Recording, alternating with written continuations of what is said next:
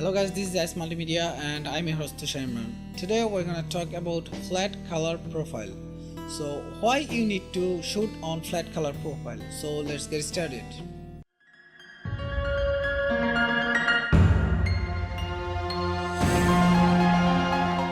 Hello friends, welcome back. So today we're gonna talk about a flat color.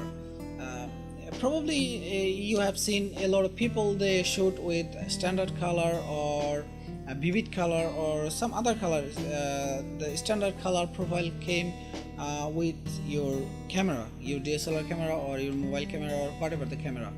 If you notice, professionals they use flat color. That's mean when they shoot a video, it's look like black and white film or something like that, very less color. So why they use this color profile? If you use Canon camera, you will find a Canon Log or flat color profile. If you use Sony camera, then you will find Sony S Log or something like that. And if you use Nikon camera, then you will find Cine Flat or some other kind of flat profile.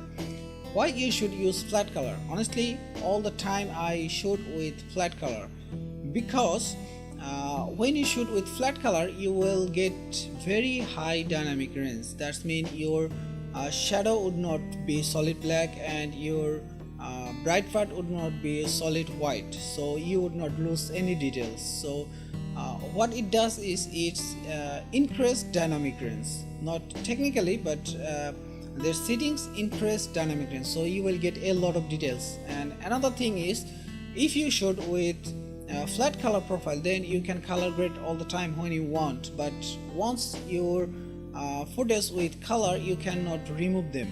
So it's good to have a flat color. So first time you color correct it, then you can color grade it. That means you can give it cinematic look or any kind of other look you want to give.